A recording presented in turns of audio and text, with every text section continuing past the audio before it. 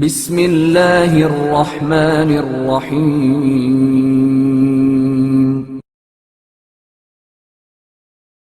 عقلمند شہزادہ۔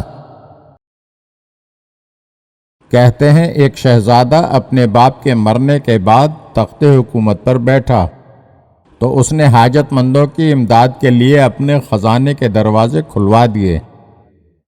جو شخص بھی سوالی بن کر آتا، شہزادہ اس کی ضرورت کے مطابق اس کی امداد کرتا۔ نئے بادشاہ کا یہ رویہ دیکھا تو ایک روز وزیر نے مناسب موقع دیکھ کر خیر خواہی جتانے کے انداز میں کہا کہ حضور والا، پہلے بادشاہوں نے یہ خزانہ بہت توجہ اور دانش مندی سے جمع کیا ہے، اسے یوں لٹا دینا مناسب نہیں۔ بادشاہ کو کسی وقت بھی خطرات سے غافل نہیں ہونا چاہیے۔ کیا کہا جا سکتا ہے کہ آئندہ کیا واقعات پیش آئیں گے؟ اگر حضور والا اپنا سارا خزانہ بھی تقسیم کر دیں تو رعایا کے حصے میں ایک ایک جو کے برابر ہی آئے گا، لیکن اگر حضور والا رعایا کے لوگوں سے ایک ایک جو کے برابر سونا لیں تو حضور کا خزانہ بھر جائے گا۔ بظاہر یہ بات بہت خیر خواہی کی تھی، لیکن شہزادے کو بالکل پسند نہ آئی۔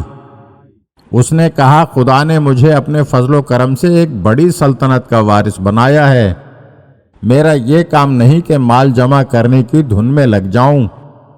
بادشاہ کا فرض رعایا کو خوشحال بنانا ہے، خزانے پر سانپ بن کر بیٹھنا نہیں۔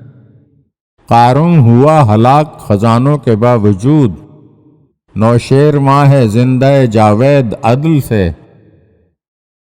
ڈبے میں رہے بند تو بے فیض رہے عود، خوشبو اڑے جب آتش سوزاں میں جلائیں۔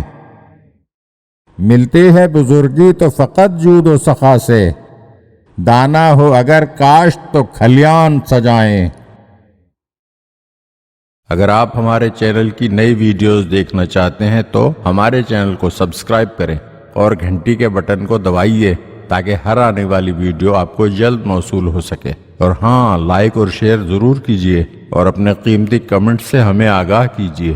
شکریہ۔